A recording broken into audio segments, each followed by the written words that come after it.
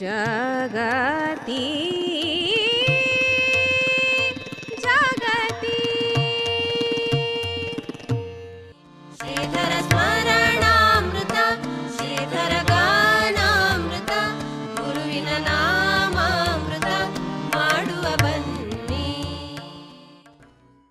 ಹಾಗೆ ಸಾಂಸಾರಿಕವಾದ ಬಂಧನ ಏನು ಅಂತ ಕೇಳಿದರೆ, ಇವರಿಗೆ ಬಾಲ್ಯದಿಂದಲೂ ಯೋಗವನ್ನು ವ್ಯಾಯಾಮವನ್ನು ಮಾಡಿದಂತಹ ದೇಹ, ಹೊಟ್ಟೆ ತುಂಬ ಊಟ ಬೇಕಿತ್ತು.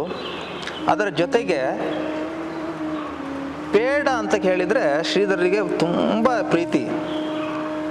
ಒಂದು ಸರಿ ಪೇಡ ತಿನ್ನಲಿಕ್ಕೆ ಕುಳಿತರೆ ಒಂದು ಸೇರು ಪೇಡವನ್ನು ತಿಂತಿದ್ರಂತೆ. ಒಂದು ಸೇರು ಅಂದರೆ ಸುಮಾರು ಈಗಿನ 800 ಗ್ರಾಮ ಆಗ್ತದೆ, 1 kg ಹತ್ತಿರ ಆಗ್ತದೆ. ಅಷ್ಟನ್ನು ಒಬ್ಬರೇ ಕುಳಿತು ತಿಂತಿದ್ರಂತೆ. ಅಂತಹ ಆಸೆಗಳನ್ನೆಲ್ಲ ಬಿಡಬೇಕು. ಬಹಳಷ್ಟೇನು ಆಸೆ ಇರಲಿಲ್ಲ. ಪೇಡ ಅಂದರೆ ಪಂಚಪ್ರಾಣ, ಅದನ್ನೇ ಬಿಡಬೇಕು ಅಂತ ಅವರೇ ತೀರ್ಮಾನಕ್ಕೆ ಬಂದ್ರಂತೆ. ಹಾಗಾಗಿ ಒಂದು ದಿನ 1 ಸೇರು ಪೇಡವನ್ನು ತಗೊಂಡ್ರಂತೆ. ಅದಕ್ಕೆ ಅಷ್ಟೇ ಪ್ರಮಾಣದ ಗೋವಿನ ಸಗಣಿಯನ್ನು ಮಿಶ್ರ ಮಾಡಿದ್ರಂತೆ. ಅದೆರಡನ್ನೂ ಮಿಶ್ರಣ ಮಾಡಿ ತಿನ್ನಲಿಕ್ಕೆ ತೊಡಗಿದ್ರಂತೆ. ತಿಂದು ತಿಂದು ತಿಂದು ಇನ್ನು ಇದು ಬೇಡ ಅಂದರೆ ತಾನಾಗಿ ಅದರಿಂದ ವಿರಕ್ತಿಯನ್ನು ಹೊಂದುವುದು ಎಷ್ಟು ಅಂದರೆ ಭಗವಾನರ ಮನಸ್ಸಿನಲ್ಲಿ ಅಷ್ಟು ಕಾಠಿಣ್ಯ ತುಂಬಿತ್ತು ಅಂತ ಕೇಳಿದರೆ, ತಾನು ಇಚ್ಛಿಸಿದಂತಹ ವಸ್ತುವನ್ನು ಯಾವ ಕ್ಷಣದಲ್ಲಾದರೂ ಯಾವ ಮಾರ್ಗದಲ್ಲಾದರೂ ತೊರೆದು ಬಿಡಬಲ್ಲೆ ಎನ್ನುವುದನ್ನು ತೋರಿಸಿದರು. ಹಾಗೆ ಆ ಸಗಣಿಯಲ್ಲಿ ಕಲಸಿದಂತಹ ಪೇಡವನ್ನು ತಿನ್ನುತ್ತಾ ಅದೇ ಕೊನೆಯ ಅವರು ಪೇಡವನ್ನು ತಿನ್ನಂತಹ ಕೊನೆಯ ಕ್ಷಣ ಆಗಿತ್ತು. ಅಷ್ಟಾದ ಮೇಲೆ ಮತ್ತೆ ಒಂದು ದಿನ ದಾಮೋದರ ಪಳನಿಟ್ಕರ್ ಹತ್ರ ಹೋದಾಗ, ಹೇಗಿದ್ದರೂ ನಾನು ತಪಸ್ಸಿಗೆ ಹೋಗ್ತೇನೆ, ತಪಸ್ಸಿಗೆ ಹೋಗಬೇಕು ಅಂತಾದರೆ ನನ್ನ ಬಳಿಯಲ್ಲಿ ಒಂದಷ್ಟು ಇವರ ಮೂಲ ಆಸ್ತಿ ಏನು ದೇಗಲೂರಿನಲ್ಲಿ ಇದ್ದದ್ದೋ ಅಥವಾ ಭಾವನಗರದಲ್ಲಿದ್ದಂತಹ ಒಂದಷ್ಟು ಆಸ್ತಿಯ ಕಾಗದ ಪತ್ರಗಳಲ್ಲಿ ಅವ್ರ ಹತ್ರ ಇತ್ತು. ಉಳಿದದ್ದನ್ನೆಲ್ಲ ಹೊರಡುವಾಗ ದಾನ ಮಾಡಿದ್ರಂತೆ. ತಮ್ಮಲ್ಲಿರುವುದು ಒಂದಷ್ಟನ್ನೆಲ್ಲ ದಾನ ಮಾಡಿದರು. ಹಾಗೆ ದಾನ ಮಾಡಿದ ಮೇಲೂ ಮೂಲ ಆಸ್ತಿಯ ಒಂದಷ್ಟು ಕಾಗದ ಪತ್ರಗಳಿತ್ತಂತೆ. ಅದನ್ನು ದಾಮೋದರ ಪಳನಿಟ್ಕರ್ ಕೈಯಲ್ಲಿ ಕೊಡ್ತಾರೆ.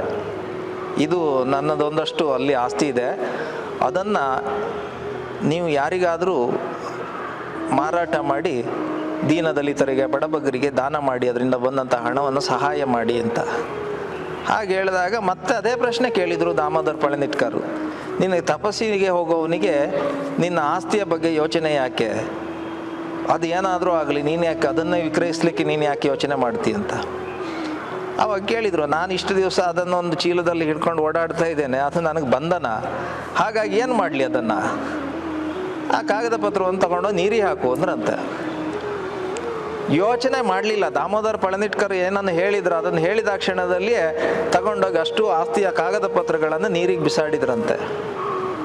ನಿಜವಾಗಿ ದಾಮೋದರ ಪಳನಿಟ್ಕರ್ ಕೂಡ ಮಹಾಪ್ರಾಜ್ಞರು. ಶ್ರೀಧರ ಭಗವಾನರ ಮನೋಸ್ಥಿರತೆಯನ್ನು ಅವರು ಪರೀಕ್ಷೆ ಮಾಡಿದರು. ಯಾಕೆಂದರೆ ಈಗ ತಪಸ್ಸು ಎನ್ನುವ ಹಾಗೆ ಅಥವಾ ಧ್ಯಾನವನ್ನು ಮಾಡುವ ವಿರಕ್ತಿಯ ಮಾರ್ಗ ಎಷ್ಟು ಕಾಠಿಣ್ಯತೆಯಿಂದ ಕೂಡಿದ್ದು ಅಂತ ದಾಮೋದರ ಪಳನಿಟ್ಕರಿಗೂ ಗೊತ್ತಿತ್ತು.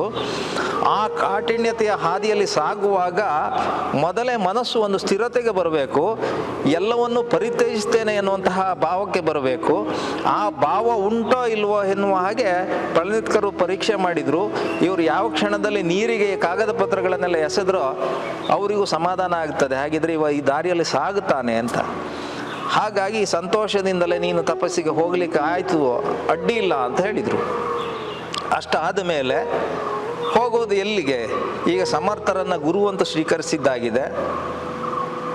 ಎಲ್ಲಿಗೆ ಹೋಗಬೇಕು? ಸಮರ್ಥರ ಶಿಷ್ಯತ್ವವನ್ನು ಸ್ವೀಕಾರ ಮಾಡಲಿಕ್ಕೆ ಎಲ್ಲಿಗೆ ಹೋಗಬೇಕು, ಯಾವಾಗ ಹೋಗಬೇಕು ಹೇಳುವಂತಹ ತೀರ್ಮಾನಕ್ಕೆ ಅವರು ಪ್ರಶ್ನೆಯಾಗಿ ಉಳಿಯುತ್ತದೆ. ಮತ್ತೆ ದಾಮೋದರ ಪಳನಿಟ್ಕರಲ್ಲಿ ತಮ್ಮದಾದಂತಹ ಆ ಪ್ರಶ್ನೆಯನ್ನು ಮುಂದಿಡ್ತಾರೆ, ಯಾವಾಗ ಹೋಗಬೇಕು, ಎಲ್ಲಿಗೆ ಹೋಗಬೇಕು ಅಂತ. ಅದಕ್ಕೂ ಸೂಕ್ತವಾದಂತಹ ಉತ್ತರವನ್ನೇ ದಾಮೋದರ ಪಳನಿಟ್ಕರು ಕೊಡ್ತಾರೆ.